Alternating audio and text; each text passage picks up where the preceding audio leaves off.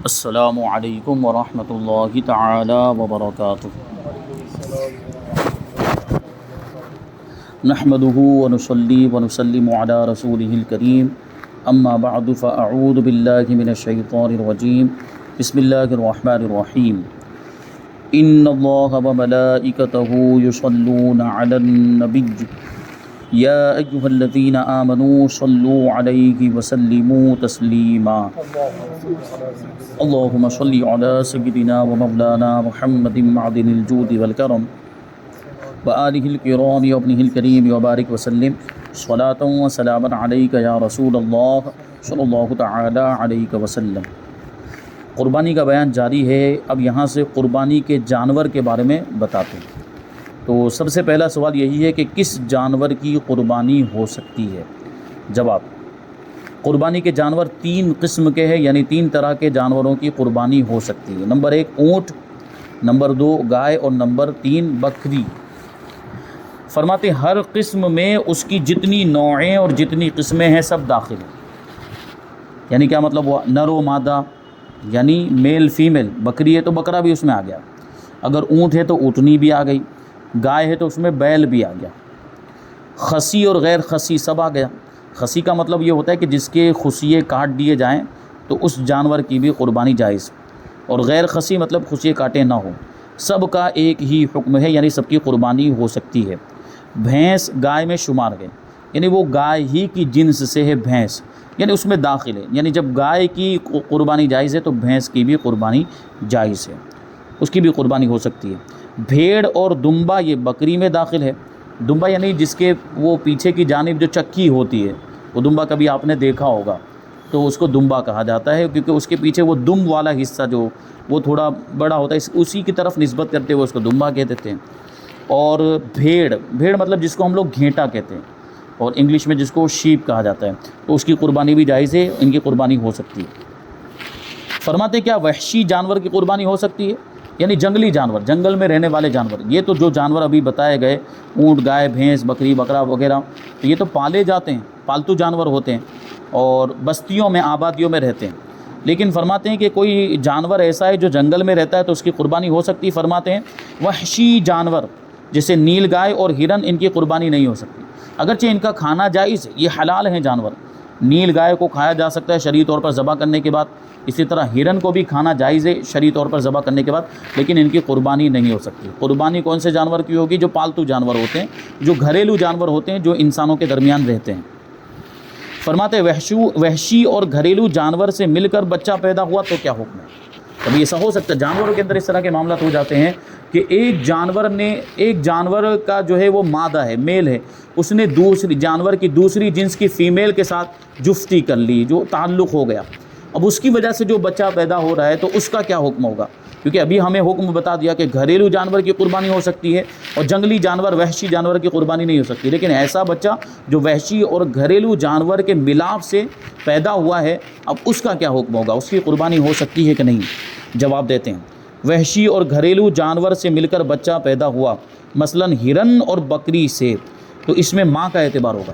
کہ جانوروں میں ماں کو دیکھا جاتا ہے، انسانوں میں باپ کو دیکھا جاتا ہے، باپ کی طرف نسبت کی جاتی ہے، لیکن جانوروں میں ماں کو دیکھا جائے گا کہ اس کی ماں کون ہے۔ اگر ماں ہرن ہے تو وہ بچہ بھی ہرن مانا جائے گا، اگر ماں بکری ہے تو پھر وہ بچہ بکری میں شمار ہوگا،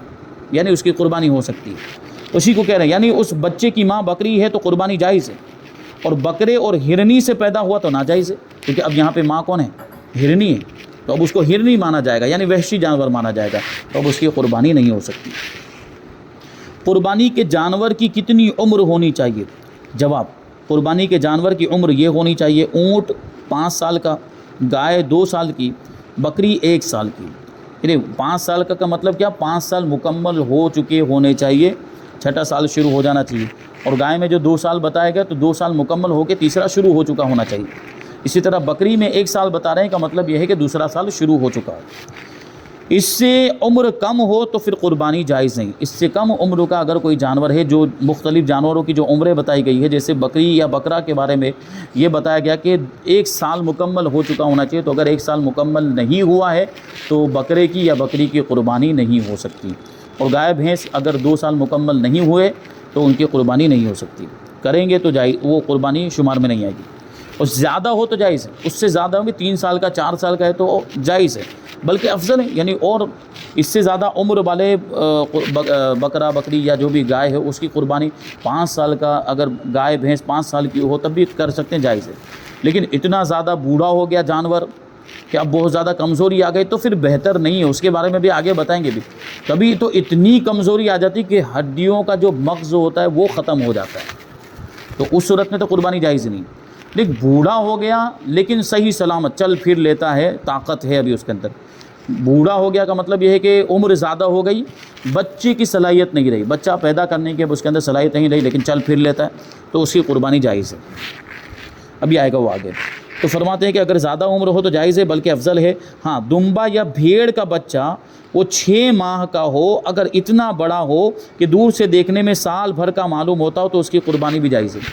یہ لیکن خاص دمبے اور بھیڑ کے بچے کے بارے میں، جس کو ہم لوگ گھینٹا کہتے ہیں، اس کا بچہ 6 مہینے کا ہے یا دمبے کا بچہ 6 مہینے کا ہے لیکن دیکھنے میں وہ 1 سال کا لگتا ہے تو اس کی قربانی جائز، لیکن یہ صرف دمبے اور بھیڑ کے بچے کے بارے میں ہی ہے، اگر بکری کا بچہ ہے 6 مہینے کا اور وہ دیکھنے میں 1 سال کا لگ رہا ہے اس کی قربانی جائز نہیں، گائے کا بچہ ہے اگر وہ 6 مہینے کا لیکن دیکھنے میں 2 سال کا لگ رہا ہے یا 1 سال کا ہے لیکن دیکھنے میں 2 سال کا لگ رہا ہے تو اس کی قربانی بھی جائز نہیں، وہ صرف خصوصیت ہے دمبے کے بچے کی اور بھیڑ کے بچے کی، کیونکہ حدیث میں اسی کے بارے میں فرمایا گیا، دوسرے کسی جانور کے بارے میں نہیں فرمایا گیا، تو جو حدیث میں آیا ہم اسی پر اکتفا کریں گے، دوسرے جانور میں یہ حکم نہیں ہوگا۔ رسول پاک صلی اللہ علیہ وسلم نے ارشاد فرمایا لا تذبحوا الا مسنۃ الا ان يعصر علیکم فتذبحوا جزعۃ من الضأن، فرماتے ہیں ترجمہ کہ صرف مسنہ یعنی 1 سال کی بکری، 2 سال کی گائے اور 5 سال کے اونٹ کی قربانی کرو، ہاں اگر تم کو دشوار ہو تو 6 مہینے کا دمبا یا مینڈھا ذبح کر سکتے ہو۔ تو دیکھیں یہاں پہ مینڈھا اور دمبے کا لفظ آیا ہے، مینڈھا یعنی وہی بھیڑ جس کو ہم لوگ گھینٹا کہتے ہیں، تو اس کا 6 مہینے کا بچہ ہے یا دمبے کا 6 مہینے کا بچہ اور دکھنے میں 1 سال کا لگتا ہے تو اس کی قربانی ہو سکتی، اور حدیث میں اسی کے بارے میں فرمایا گیا، اس کا مطلب یہ ہے کہ دوسرے جانوروں میں یہ حکم جاری نہیں ہوگا۔ اس کے تحت علامہ نووی رحمۃ اللہ تعالیٰ علیہ لکھتے ہیں کہ قال العلماء المسنۃ ہی ثنیۃ من کل شیء من الابل والبقر والغنم فما فوقها، علماء نے فرمایا کہ مسنہ اونٹ، گائے، بکری ہر ایک میں سے سنی ہے، سنی مطلب 2 دانت والا، جس کے دونوں آگے کے دانت آ گئے ہوں یا اس سے بڑا ہو تو اس کی قربانی جائز ہے۔ ہدایہ میں ہے وَسَنِيُّ مِنْهَا وَمِنَ الْمَعْزِ مسنۃ ومن البقری وَسَنِيُّ مِنْهَا وَمِنَ الْمَعْزِ سَنَةٌ وَمِنَ الْبَقَرِ ابْنُ سَنَتَيْنِ وَمِنَ الْإِبْلِ ابْنُ 5 سِنِينَ وَسَنِيُّ مِنْهَا وَمِنَ الْمَعْزِ ابْنُ سَنَةٍ ہونا چاہیے۔ سنی بکریوں میں 1 سال اور گائے میں 2 سال اور اونٹوں میں 5 سال والا جانور ہوتا ہے۔ اب فرماتے ہیں کہ کس جانور کی قربانی افضل ہے، فرماتے ہیں بکری کی قیمت اور گوشت اگر گائے کے 7ویں حصے کے برابر ہو تو بکری افضل ہے، اور گائے کے 7ویں حصے میں بکری سے زیادہ گوشت ہو تو پھر گائے کی قربانی افضل ہے، یعنی جب دونوں کی ایک ہی قیمت ہو اور مقدار بھی ایک ہی ہو تو جس کا گوشت اچھا ہو اس کی قربانی افضل ہے، اور اگر گوشت کی مقدار میں فرق ہو، اس میں سے گوشت کم نکلے گا اور گائے کے مثال کے طور پر گائے کے 7ویں حصے میں گوشت زیادہ نکل رہا ہے، اس کو فرمائیں گے کہ جب دونوں کے گوشت کی مقدار میں فرق ہو تو جس میں گوشت زیادہ ہو اس کی قربانی افضل ہے، اور مینڈھا بھیڑ سے اور دمبا دمبی سے افضل ہے، جبکہ دونوں کی ایک ہی قیمت ہو اور دونوں میں گوشت بھی برابر۔ بکری بکرے سے افضل ہے، مگر خصی بکرا یہ بکری سے افضل ہے، کیونکہ خصی بکرے کی خاص بات یہ ہوتی ہے جس کے خصیوں کو کاٹ دیا جاتا ہے تو اس کا گوشت اور زیادہ لذیذ ہو جاتا ہے اور اس کی وہ بدبو دور ہو جاتی ہے، جو غیر خصی بکرا ہوتا ہے اس میں بدبو ایک قسم کی آتی ہے، اور خصی جو بکرا ہوتا ہے اس کا گوشت اور زیادہ لذیذ اچھا ہو جاتا ہے، عمدہ ہو جاتا ہے، اسی لیے فرماتے کہ خصی بکرا یہ بکری سے بھی افضل ہے، اور اونٹنی اونٹ سے اور گائے بیل سے افضل ہے، جبکہ گوشت اور قیمت برابر ہو، یعنی قیمت اگر زیادہ ہو تو جس کی قیمت زیادہ ہے اس کی قربانی افضل ہے، یا گوشت اگر زیادہ ہو رہا ہے جس میں سے گوشت زیادہ نکلے گا تو پھر اس کی قربانی زیادہ افضل ہے۔ اب بھینس کی قربانی کے بارے میں فرماتے ہیں کہ بھینس کی قربانی پر بعض لوگ اعتراض کرتے ہیں تو اس کے جواز پر دلائل کیا ہیں، تو بھینس کی قربانی کے جواز پر بہت سارے دلائل ہیں، یعنی کیونکہ حدیث شریف میں گائے کا ذکر ہے لیکن بھینس کا ذکر نہیں، تو اب کچھ لوگ کہتے ہیں کہ بھینس گائے میں داخل نہیں ہے اس لیے بھینس کی قربانی نہیں ہو سکتی، جبکہ اس پر بہت سارے دلائل موجود ہیں، قرآن کے اندر بھی ہے، قرآن مجید کے اندر جو فرمایا گیا ہے انعام کا لفظ آیا، اور انعام میں جو مویشی جانور جو گھریلو جانور ہوتے ہیں، اونٹ، گائے، اور گائے کے ساتھ عام طور پر بھینس کو بھی شمار کیا جاتا ہے، بھینس کو بھی گائے ہی کی جنس مانا جاتا ہے۔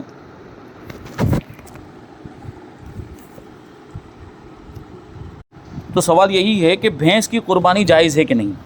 تو بھینس کی بھی قربانی جائز ہے۔ ابھی اوپر ہی بتا دیا کہ یہ بھینس بھی گائے میں ہی شمار ہوتی ہے، اسی کی جنس سے شمار ہوتی ہے۔ اس پر بہت سارے دلائل ہیں، قرآن کی آیتیں بھی یہاں پر پیش کی ہیں، اور مختلف دلائل کی روشنی میں، حدیث کی روشنی میں، تفاسیر کی روشنی میں، تفسیر ابن ابی حاتم کا حوالہ دیا، تفسیر در منصور کا حوالہ دیا ہے، اور امام نووی نے جو لکھا ہے اس کے بارے میں کہ بھینس بھی انعام میں داخل ہے، کیونکہ قرآن کی آیت میں لفظ انعام ہے، انعام کا مطلب مویشی جانور، گھریلو جانور، تو بھینس کو انہوں نے انعام میں شمار کیا، مطلب جب وہ گائے کی قربانی جائز ہے تو بھینس کی بھی قربانی جائز ہے۔ پھر موسوعہ فقہیہ کا حوالہ دیا ہے کہ اس میں یہ بھی فرمایا ہے کہ 3 قسم کے جانور ہیں، اور فرماتے ہیں کہ تینوں قسمیں یعنی اونٹ، گائے اور بکری کو شامل ہے۔ یہ انعام کا جو لفظ ہے اونٹ، گائے اور بکری کو شامل ہے، اور برابر ہے کہ وہ گائے عربی ہو یا بھینس ہو، یعنی جس کو ہم گائے کہتے ہیں وہ ہو یا بھینس ہو، وہ اسی میں شامل ہے۔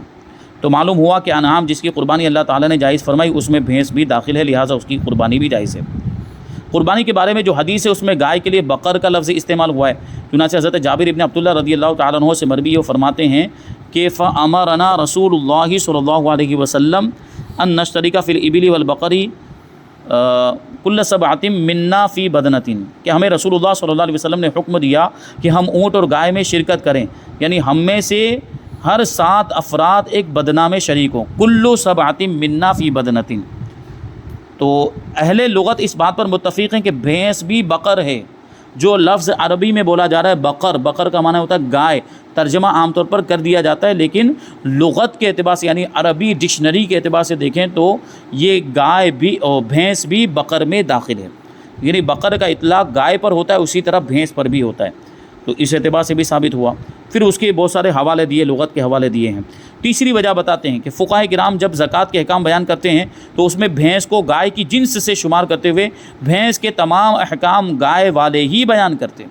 اگر بھینس الگ ہوتی تو گائے کے جو احکام ہیں وہ بھینس کے لیے فقہاء کرام بیان نہ کرتے، اس کا مطلب کیا ہوا کہ دونوں ایک ہی ہیں، یعنی ایک ہی جنس سے تعلق رکھتی ہیں، لہٰذا بھینس کی قربانی بھی ہو سکتی ہے۔ اور چوتھے نمبر پر بیان کرتے ہیں کہ تمام مذاہب والوں کا اس بات پر اجماع اور اتفاق ہے کہ بھینس کی قربانی جائز ہے۔ اور پھر اس کے دلائل دیتے ہیں تمام مذاہب کے کہ علماء نے، فقہاء نے بھینس کی قربانی کے بارے میں کیا کیا ارشاد فرمایا ہے۔ تو یہ بہت زیادہ لمبی بحث ہے، اس لیے اس کو مختصر کر رہے ہیں۔ یہ 5ویں نمبر پر دلیل دے رہے ہیں کہ بھینس کے بارے میں بعض روایتیں بھی مروی ہے کہ یہ 7 افراد کی طرف سے کافی ہے، چنانچہ ایک کتاب کا حوالہ دیتے ہیں کنوز الحقائق فی حدیثی خبر الخلائق، اس میں روایت کرتے ہیں کہ الجاموس عن سبعۃ الاضحیہ، کہ بھینس یہ 7 قربانیوں کی طرف سے کافی ہے، 7 لوگوں کی طرف سے کافی۔ تو یہاں پر تو صاف صراحت کے ساتھ وہ لفظ آ گیا، جاموس کا لفظ آ گیا، اور جاموس کا معنی یہ ہوتا ہے بھینس، تو بھینس کی قربانی کرنا جائز ہے۔ یہ غیر مقلدین کے اعتراض کے جواب کے لیے یہاں پر یہ اتنی ساری باتیں ذکر کی، اتنے سارے دلائل بیان کی۔ غیر مقلدین اہل حدیث کہتے ہیں کہ بھینس کی قربانی نہیں ہو سکتی، جبکہ ہمارے نزدیک اہل سنت و جماعت کے نزدیک بھینس کی قربانی بھی جائز ہے۔ اب عیوب کے بارے میں بتاتے کہ جانور کے اندر اگر کوئی عیب پایا جاتا ہے تو اس کی قربانی جائز ہوگی کہ نہیں ہوگی؟ فرماتے ہیں اگر قربانی کے جانور میں کوئی عیب ہو تو کیا حکم ہے؟ جواب: قربانی کے جانور کو عیب سے خالی ہونا چاہیے، اور تھوڑا سا عیب ہو تو قربانی ہو جائے گی مگر مکروہ ہوگی، اور زیادہ عیب ہو تو قربانی ہوگی ہی نہیں۔ اب فرماتے کس عیب کی وجہ سے قربانی ہو جاتی ہے اور کس عیب کی وجہ سے نہیں ہوتی، اس کی تھوڑی تفصیل بیان کیجیے۔ تو جواب دیتے ہیں کہ عیوب کی تفصیل، کون سے عیب کی وجہ سے قربانی جائز ہوگی اور کون سے عیب کی وجہ سے نہیں ہوگی، اس کو یہاں پہ تفصیل کے ساتھ بیان کرتے ہیں۔ نمبر 1، جس جانور کے پیدائشی سینگ نہ ہو اس کی قربانی جائز ہے۔ پیدائشی سینگ نہیں، کچھ ایسے ہم بکرے دیکھتے ہیں سینگ ہوتے ہی نہیں، تو اس کی قربانی جائز ہے، کوئی حرج نہیں۔ اور اگر پہلے سینگ تھے مگر ٹوٹ گئے اور مینگ تک ٹوٹ گئے، یعنی جڑ کے اندر سے ٹوٹا ہوا ہے وہ سینگ اس کا، تو اب قربانی ناجائز ہے۔ اور اس سے کم ٹوٹا ہوا ہے تو جائز ہے، یعنی جڑ کا حصہ ابھی جڑ کا یا اس سے جڑ کے باہر تھوڑا سا حصہ موجود ہے تو اس کی قربانی جائز ہے۔ دوسرا نمبر، جس جانور میں جنون ہے یعنی پاگل پن ہے، اگر وہ جنون اس حد کا ہے کہ وہ جانور چرتا بھی نہیں ہے، چارہ بھی نہیں کھاتا ہے، تو اس کی قربانی ناجائز ہے، اور اگر جنون اس حد کا نہیں، چارہ وغیرہ کھا لیتا ہے، اتنی سمجھ رکھتا ہے، تو اس کی قربانی جائز ہے۔ نمبر 3، خسی جانور یعنی جس کے خصیے نکال لیے گئے ہوں، یا مجبوب یعنی جس کے خصیے اور عضو تناسل سب کاٹ لیے گئے ہوں، اس کی قربانی جائز ہے۔ نمبر 4، اتنا بوڑھا کہ بچے کے قابل نہ رہا، یا داغا ہوا جانور یعنی پرانے زمانے میں کہ لوہا وغیرہ گرم کر کے نشانیاں لگا دیتے تھے اس کے جسم کے اوپر، یہ لوہا گرم کر کے داغ دیتے تو وہ حصہ جو ہے وہ جل جاتا، کالا ہو جاتا، یا اس میں داغ پڑ جاتا تھا، تو اس کو داغا ہوا جانور کہتے ہیں۔ یا جس کے دودھ نہ اترتا ہو، ان سب کی قربانی بھی جائز ہے۔ خارشی جانور کی قربانی بھی جائز ہے، جبکہ فربا یعنی صحت مند ہو۔ خارشی جانور مطلب جس کو کھجلی کی بیماری ہو، وہ جانور جس کو کھجلی کی بیماری ہے اس کی قربانی بھی ہو سکتی ہے، جبکہ صحت مند ہو، تندرست ہو۔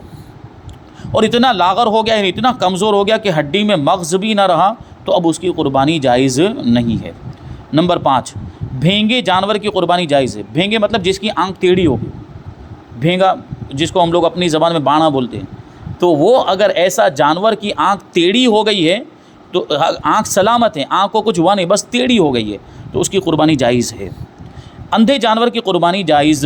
نہیں ہے۔ اور کانا، جس کا کانا پن ظاہر ہو، اس کی قربانی بھی ناجائز ہے۔ کانا مطلب ایک آنکھ اس کی بالکل کام نہیں کرتی ہے، تو اس کو ہم کانا کہیں گے، اور اس کا کانا پن بالکل ظاہر ہے، تو اس کی بھی قربانی جائز نہیں ہے۔ نمبر 3، اتنا لاغر، اتنا کمزور ہے کہ جس کی ہڈیوں میں مغز نہ ہو، اور لنگڑا جو قربان گاہ تک اپنے پاؤں سے نہ جا سکے، اور اتنا بیمار جس کی بیماری ظاہر ہو، ان سب کی قربانی بھی ناجائز ہے۔ تھوڑا بہت بیمار ہے کہ بیماری ظاہر نہیں، یعنی چل پھر لیتا ہے اور نارمل چارہ وغیرہ بھی کھا لیتا ہے، تو بیماری اگرچہ لیکن قربانی جائز ہے۔ لیکن بہت زیادہ بیمار ہو گیا ہے کہ بہت ہی کمزور ہو گیا اور چل پھر نہیں رہا ہے، بیٹھا ہوا ہے ایک جگہ پہ، تو پھر اس کی قربانی نہیں ہو سکتی۔ نمبر 7، جس کے کان یا دم یا چکی کٹے ہوں، یعنی وہ عضو تہائی سے زیادہ کٹا ہو، ان سب کی قربانی ناجائز ہے، اور اگر کان یا دم یا چکی تہائی یا اس سے کم کٹی ہو تو جائز ہے۔ کان کی مثال تہائی کے بارے میں بتا رہے ہیں کہ تہائی سے 1/3 سے زیادہ اگر کان کٹا ہوا ہے تو اس جانور کی قربانی نہیں ہو سکتی، لیکن تہائی یا اس سے کم، 1/3 یا اس سے کم کٹا ہوا ہے تو جائز ہے۔ اسی طرح چکی کے بارے میں کہہ رہے ہیں، چکی مطلب وہی دمبے کے پیچھے والا حصہ، اگر وہ حصہ کٹا ہوا ہے تو 1/3 سے زیادہ کٹا ہوا ہے تو قربانی نہیں ہو سکتی، اور اس سے کم ہے تو ہو سکتی ہے۔ نمبر 8، جس جانور کے پیدائشی کان نہ ہو یا ایک کان نہ ہو، اس کی قربانی ناجائز ہے، اور جس کے کان چھوٹے ہوں اس کی جائز ہے۔ نمبر 9، جس جانور کی تہائی سے زیادہ نظر جاتی رہی ہو، آنکھوں کی روشنی 1/3 سے زیادہ چلی گئی، ختم ہو گئی، اس کی قربانی بھی ناجائز ہے۔ لیکن اب یہاں تو روشنی کا سوال ہے کہ بھائی وہ جانور کو نظر آ رہا ہے کہ نہیں آ رہا، ہم کو کیسے پتہ چلے گا؟ اس کی آنکھوں کی روشنی سلامت ہے کہ نہیں ہے، یا کم ہوئی تو کتنی کم ہوئی، 1/3 کم ہوئی ہے یا 1/3 سے زیادہ کم ہوئی، یہ کیسے پتہ چل پائے گا؟ تو اس کا بھی طریقہ بتاتے ہیں۔ اگر دونوں آنکھوں کی روشنی کم ہو تو اس کا پہچاننا آسان ہے، اور صرف ایک آنکھ کی کم ہوئی ہو تو اس کے پہچاننے کا طریقہ یہ ہے کہ جانور کو 1-2 دن بھوکا رکھا جائے، پھر اس آنکھ پر پٹی باندھ دی جائے جس کی روشنی کم ہے، اور اچھی آنکھ کو کھلا رکھا جائے، اور اتنی دور چارہ رکھیں جس کو جانور نہ دیکھے، پھر چارے کو نزدیک لاتے جائیں، جس جگہ وہ چارے کو دیکھنے لگے وہاں پر ایک نشان بنا دیں، نشانی رکھ دیں، پھر اچھی آنکھ پر پٹی باندھ دیں اور دوسری آنکھ کھول دیں، جس کی روشنی کم ہو گئی وہ اب اس آنکھ کو کھولیں اور چارے کو قریب کرتے جائیں، جس جگہ اس آنکھ سے دیکھنے لگ جائے یہاں پر بھی نشانی لگا دیں، پھر دونوں جگہ کی پیمائش کریں، یعنی دونوں جگہ کو ناپیں، اگر یہ جگہ اس پہلی والی جگہ کی تہائی ہے تو معلوم ہوا کہ تہائی روشنی کم ہو گئی ہے، اور اگر نصف ہے تو پتہ چلا کہ بنسبت اچھی آنکھ کے اس کی روشنی آدھی ہو گئی ہے، یعنی دونوں نشانیوں کو ناپا جائے گا تو وہ صحیح آنکھ تو پتہ چل جائے گا کہ یہاں تک، مثال کے طور پر ابھی 10 میٹر تک، جو پہلے والی جو صحیح آنکھ تھی 10 میٹر تک اس کو نظر آ رہا تھا، 10 میٹر پہلے ہم نے دور چارہ رکھا، پھر قریب لائے، جب 10 میٹر پہ پہنچا تھا تو اس کو چارے کو دیکھنے لگ گیا، یعنی دیکھنے لگے گا کیا مطلب 2 دن تک ہم نے بھوکا رکھا ہے، تو جیسے ہی چارہ دیکھے گا تو وہ کیا کرے گا، چارے کی طرف لپکے گا، مطلب اس کو نظر آ گیا، تو 10 میٹر پہ نظر آ گیا۔ لیکن دوسرے دن ہم نے جو دوسرا جو طریقہ بتایا وہ آنکھ کو، اچھی آنکھ کو جو ہے کہ بند کر دینا، اور جس آنکھ کی روشنی کم ہے اس کو کھلا رکھنا ہے، پھر چارے کو قریب لانا ہے، تو اب ظاہر سی بات اس کی روشنی کم ہے تو 10 میٹر سے اس کو نظر نہیں آئے گا، ہم دھیرے دھیرے اس کو قریب لاتے رہے، ٹھیک ہے، تو 7 میٹر کے پاس آیا تھا کہ اب اس کو نظر آنے لگ گیا، اب اس کو کیا ہو گیا، نظر آنے لگ گیا، تو ہم کہیں گے کہ 1/3 سے کم اس کی روشنی جو ہے کہ وہ گئی ہے، ختم ہوئی، لیکن 7 میٹر سے بھی زیادہ ابھی باقی ہے اور پھر بھی نظر نہیں آ رہا ہے اس کو، 7 میٹر سے بھی آگے ہم نے کر دیا اس کو، یعنی ادھر سے 4 میٹر 5 میٹر کم کرتے چلے جا رہے ہیں، تو 10 میٹر پہلے نظر آیا تھا، اب 5 میٹر کے بعد اس کو نظر آیا، مطلب کیا آدھی روشنی چلی گئی اس کی۔ تو یہ جو ہے کہ جاننے کا اس کا طریقہ۔ 10ویں بات بتاتے ہیں کہ جس کے دانت نہ ہو، یعنی اتنے نہ ہوں کہ وہ چرنے کی صلاحیت نہ رکھے، اگر گھاس چرنے کی صلاحیت رکھتا ہو تو اس کی قربانی جائز ہے۔ دانت نہ ہو کا مطلب کیا ہے کہ دانت نہیں ہے اور دانت نہ ہونے کی وجہ سے وہ چر بھی نہیں سکتا، تو پھر اس کی قربانی جائز نہیں۔ لیکن دانت نہ ہونے کے باوجود یہ بعض جانوروں کا معاملہ یہ ہوتا ہے کہ دانت نہیں ہے پھر بھی چارہ کھا لیتے ہیں، تو اگر عمر اس کی ہو چکی ہے، جو عمر اوپر بتائی گئی ہے، اس کے باوجود دانت نہیں آئے ہیں لیکن چارہ کھا لیتا ہے تو اس کی قربانی جائز ہے۔ عمر ہونے کے باوجود دانت نہیں آئے اور چارہ نہیں کھا پاتا ہے تو اس کی قربانی جائز نہیں ہے۔ اب یہ جو دانتوں کے بارے میں بتایا جائے کہ 2 دانت نکل چکے ہوں تو اس سے عمر کا اندازہ لگایا جاتا ہے، تو یہ عام طور پر یہ اکثر و بیشتر ایسا ہوتا ہے، لیکن کبھی کبھی ایسا ہوتا ہے کہ عمر ہو جانے کے باوجود بھی وہ دانت نہیں نکلتے۔ تو اگر یقین کے ساتھ ہمیں معلوم ہے کہ اس کی عمر ہو چکی ہے، جیسے گائے وغیرہ میں، بھینس وغیرہ میں 2 سال کی عمر کے بارے میں بتایا گیا کہ ہمیں یقین کے ساتھ معلوم ہے کہ اس کی 2 سال کی عمر ہو چکی ہے اور اگرچہ ابھی تک دانت نہیں آئے اور دوسرا کوئی عیب نہیں، چارہ وغیرہ کھا لیتا ہے، تو اس کی قربانی جائز ہے۔ اور اگر دانت عمر کی وجہ سے نہیں آئے، یعنی 2 سال سے کم عمر ہے اس وجہ سے نہیں آئے، تو پھر قربانی اس کی جائز نہیں ہے۔ فرماتے جس کے تھن کٹے ہوئے ہوں، جانور کے تھن کٹے ہوئے ہوں یا خشک ہو گئے، اس کی قربانی بھی ناجائز ہے۔ بکری میں ایک تھن کا خشک ہو جانا ناجائز ہونے کے لیے کافی، کیونکہ بکری میں 2 تھن ہوتے ہیں عام طور پر، تو ایک خشک ہو گیا کا مطلب کیا، آدھا حصہ خشک ہو گیا، 1/3 سے زیادہ خشک ہو گیا، کہ یہ مطلب ہو گیا نا 1/3 1/3 کی جو بات ابھی تک چل رہی ہے، تو ایک تھن اگر خشک ہو گیا مطلب آدھا حصہ خشک ہو گیا ہے، اس کی قربانی جائز نہیں ہے۔ اور گائے بھینس میں 2 خشک ہوں تو ناجائز ہے، کیونکہ گائے بھینس کے اندر 4 تھن ہوتے ہیں، تو اگر 2 خشک ہو گئے مطلب آدھا حصہ خشک ہو چکا ہے، اب اس کی قربانی ناجائز ہوگی۔ نمبر 11 جس کی ناک کٹی ہو یا جس جانور کا ایک پاؤں کاٹ لیا گیا ہو، اس کی قربانی بھی ناجائز ہے۔